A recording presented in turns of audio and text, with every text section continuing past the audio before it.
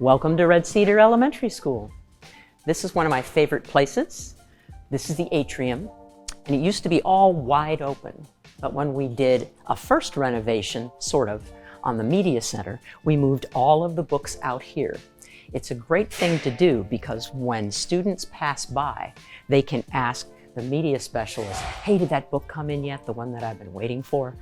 And you see active participation. You don't see it right now because we're in between classes, but you see children reading. They come here first thing in the morning if they choose to. Some choose to do maker things in the present media center, but many come here to just chill and find a book that they like. So there is a great skylight that brings in lots of natural light, and we love it. This is a meeting place. This is a place where if a pianist is going to perform or other musicians are going to perform and we need this space to house an entire class level, we'll have that happen here and move all of this back. When we do Red Cedar Stew, we move all of this back, put tables here, and you smell cilantro for days, which is great. I love cilantro.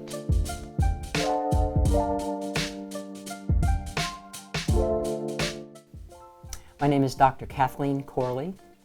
I'm principal of Red Cedar Elementary School. I was the first principal here.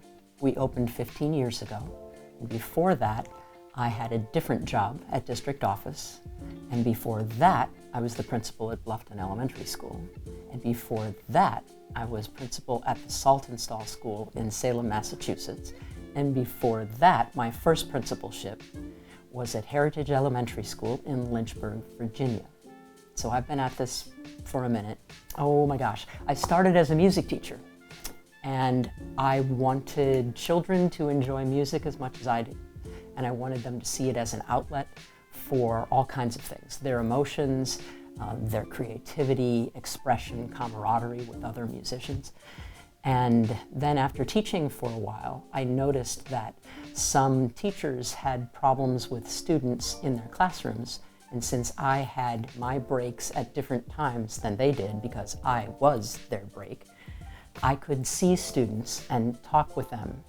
So I ended up being kind of an AP a little bit, and I kind of liked it because it broadened my influence over people. I never lost the music part of it. Music is a big part of all of the schools that I've ever been in, but I wanted to see what I could do because I knew in my music classroom I could make things be however I wanted them to be. An example, play the Pink Panther song when you want the kids to get quiet and leave the room. Why do they have to be quiet? Because the Pink Panther doesn't talk.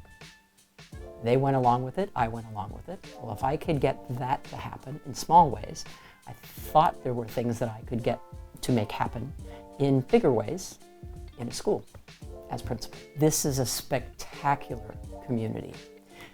We are about 55% Hispanic, about 40% Caucasian, 10% African American, and a few other races, but they're very small. And if that doesn't all add up to 100, I'm very sorry. Correct my math. The teaching community here understands that culture is a huge part of what we do. To me, culture is everything in a school. You feel it when you walk in the doors. There's light jazz playing today throughout the building. Sometimes it's other things, but it's always calming. It's always warm. It's always refreshing. Children use their manners here. We're big on respect. Our morning bell in the morning is Aretha Franklin singing respect. Everyone works together to make sure that we do whatever it takes to ensure the best education we can for all of our students. That is our motto, whatever it takes, and we mean it. We were honored to be a Palmetto's Finest School in 2014. We have more recently achieved 2 good statuses, and then that COVID thing happened for our school report card, and then 2 excellent ratings in a row. And we're very proud of those things because it's more of a collective assessment of how we do what we do, and it includes culture.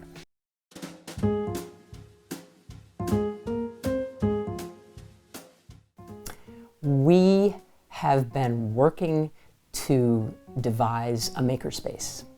We've been doing that for some time, and we have the assistance of some folks at district office now, and we'll be heading into that project full force, and you'll learn a little bit about it. My name is Kelly Wursler, and I'm an instructional coach at Red Cedar Elementary. This is my 19th year in education, and I came with the bricks for Red Cedar. We were built about 14 years ago, and I was a first grade teacher, and then I went into intervention, and now I'm an instructional coach that gets to serve both students and teachers here. So the room that we're currently in has been a lot of things over the years, and as education changes, we change with it.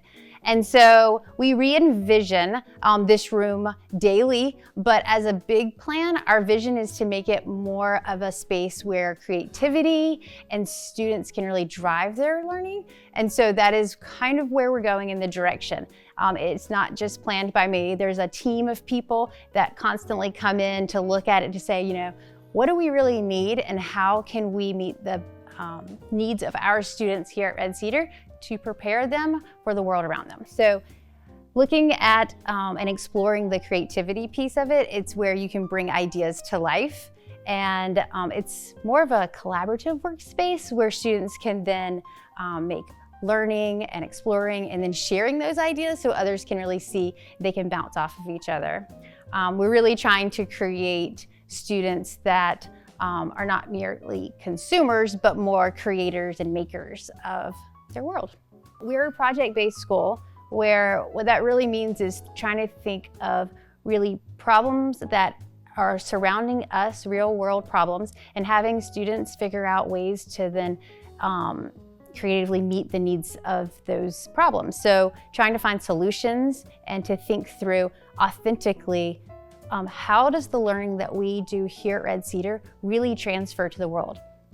And so a lot of children buy into that because it's not, I'm not doing it as a checklist, I'm not doing it for this, but I really have a purpose here and I really can make change, and they get to see that. Some of our projects, they get to see the change happening around them and in our community. Our community is, we've built our partners over the years. We have a huge partner list, but really, like, if you ask, they come. Like, if you build it, they will come. So if I say, hey, I need architects, or I need an electrician, everyone, very rarely do I get a no. Everyone says yes. And so that really they get to bring in the partners and talk to them, ask them questions. And the best part is at the end, students get to have someone to present to that can really ask them questions, that can really dig in and make them think a little bit harder about what they produced. And so by that, they get to go back and revise their ideas based off this authentic feedback that they've been receiving. And it's just like the cycle that keeps going. It's definitely a process, and we're always learning and finding ways to make it better. But this is where we start. Well, this community, we always say at Red Cedar, is special, and people walk in the building, they get this feel. They're like, it's the feel of the culture in your building. You know, we all own it. It's one of those things, like, it's very collaborative. We go and we do whatever it takes for students, and teachers are always ready to jump in and ask questions of how can we continue to make this process better. But also, it's about the heart and the soul of the people here at Red Cedar is what makes us a family of learners.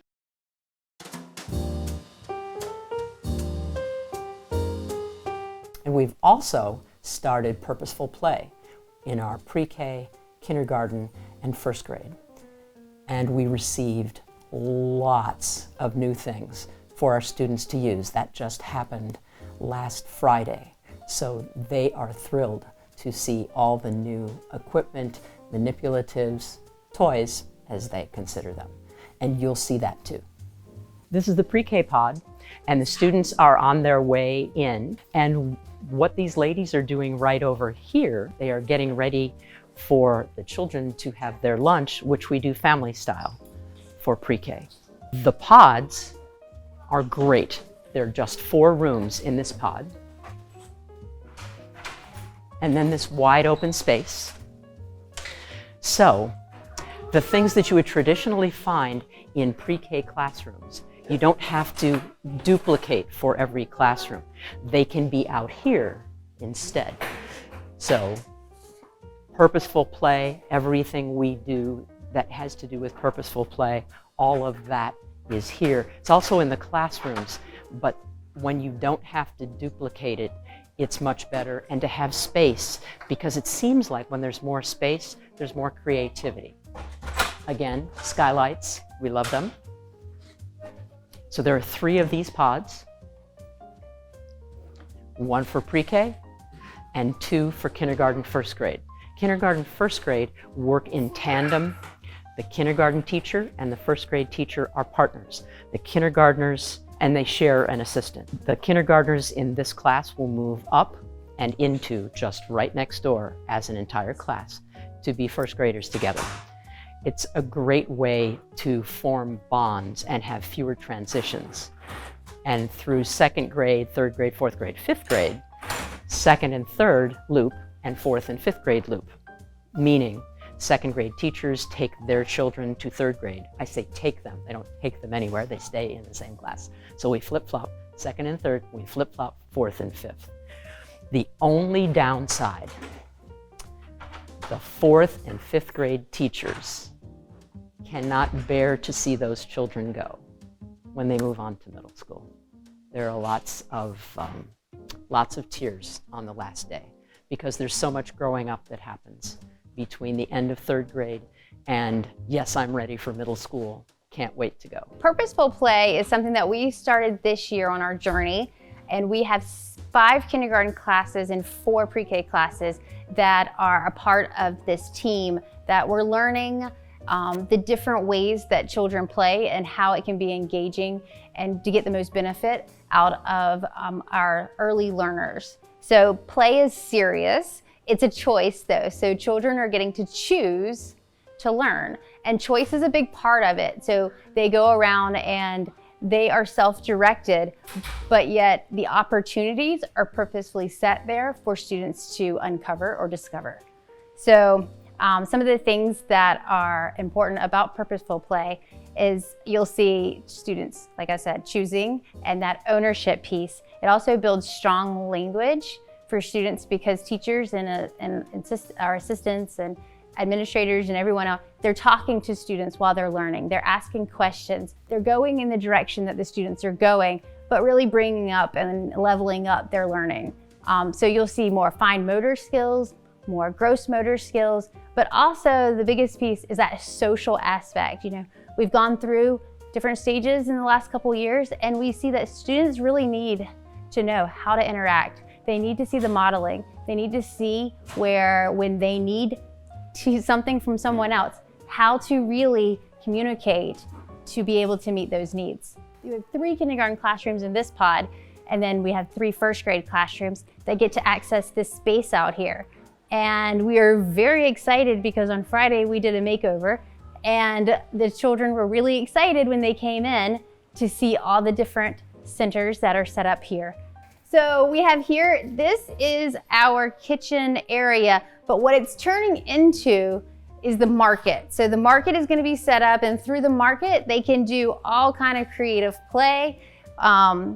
It's that writing piece, there'll be questions posted here, and they'll turn it into, really, you could turn it into like the vet, any career building kind of experience.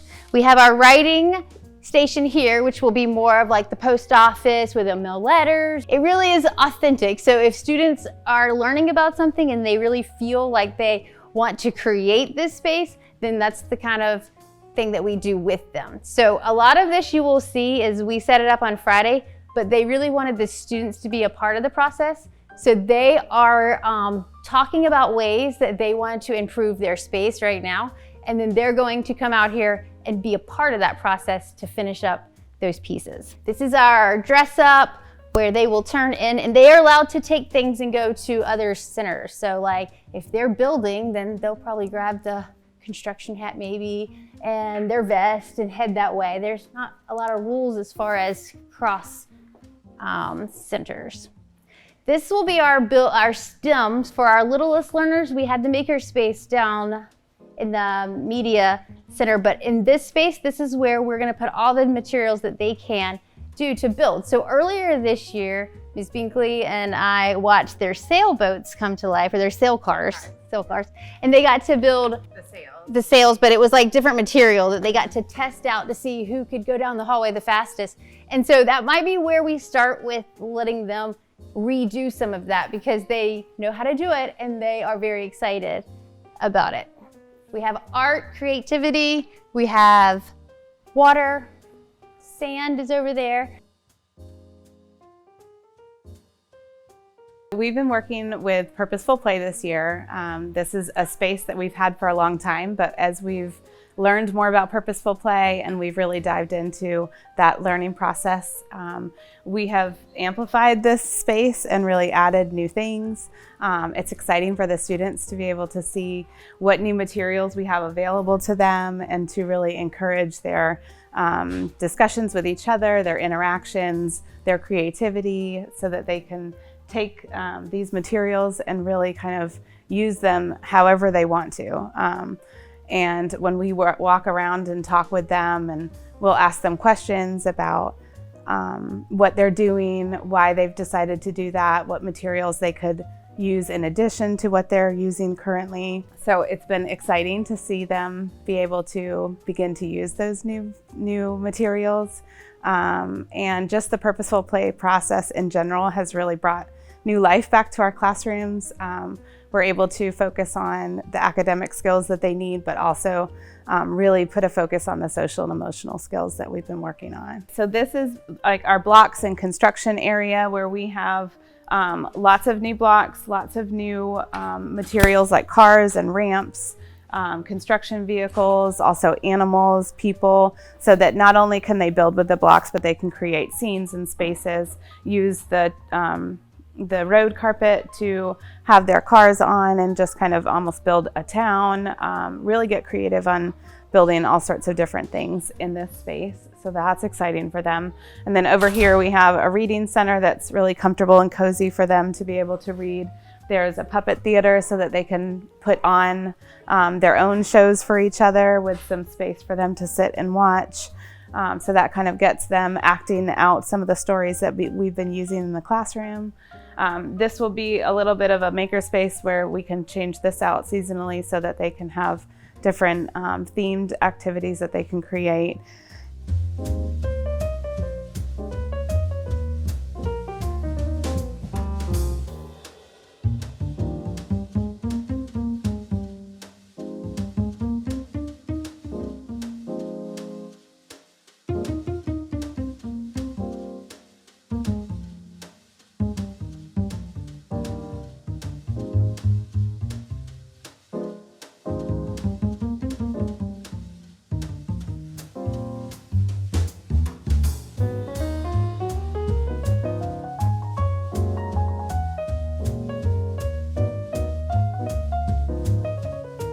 On this hallway, we have 2nd and 3rd grade, and upstairs, identical rooms, 4th and 5th grade, and a STEM lab.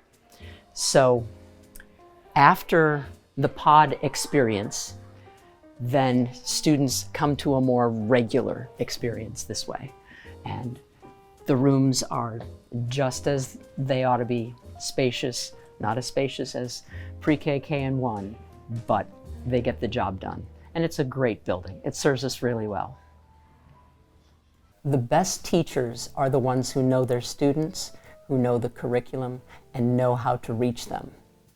Generally speaking, when they go to bed at night, there's a pad and pen or their phone nearby so they can record anything that they think of that they absolutely positively have to share with their students, maybe even tomorrow. They'll love this. That's what I like to see in teachers, and this place is filled with them. I would say understand that you're going to work hard, understand that you will cry some nights, and it will be over students.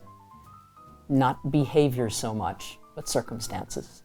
And you will do everything you can to help them. And you should always know that you can broaden your support by asking the social worker, the principal, the nurse, whoever, to assist you in doing whatever it takes to meet the needs.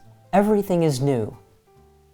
It keeps changing. Sometimes we like the changes, sometimes we don't like the changes, but what keeps me coming back is I get to see the students grow up. I get to see the teachers grow up. They probably don't like me saying that, but I call them kids because most of them are to me because of the significant age difference. But they bring so much to the table. We have lots and lots of student teachers who come through from USCB, and we often hire them. And those folks tend to be, they're not exclusively to them, but they tend to be the sparks. They're the get your teach on kinds of people.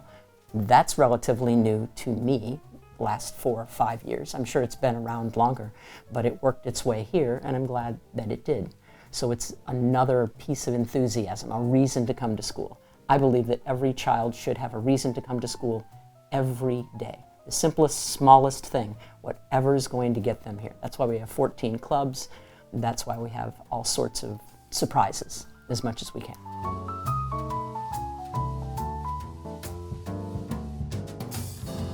This one is really simple. Every morning, I do short announcements, just over the intercom. And then there are other announcements to follow the morning show. That's taped before, recorded before. Tape, oh, such an old word. And then shown whenever the teachers want to. But my parting remarks are, ask good questions, make good decisions, leave things better than the way you found them, especially people's hearts, and please show respect. As a learner, we have this drive inside of our soul that we really have to own. And so when we want and we are curious about learning, we find more answers and we come up with more questions which drive us to the next thing. So to be curious is probably the #1 thing that I would give advice to students, is to wonder and to think and to ask lots of questions, because that's how we learn and we make things better. Thank you for visiting Red Cedar. You can do it in person if you'd like. Just call us and we'll set it up.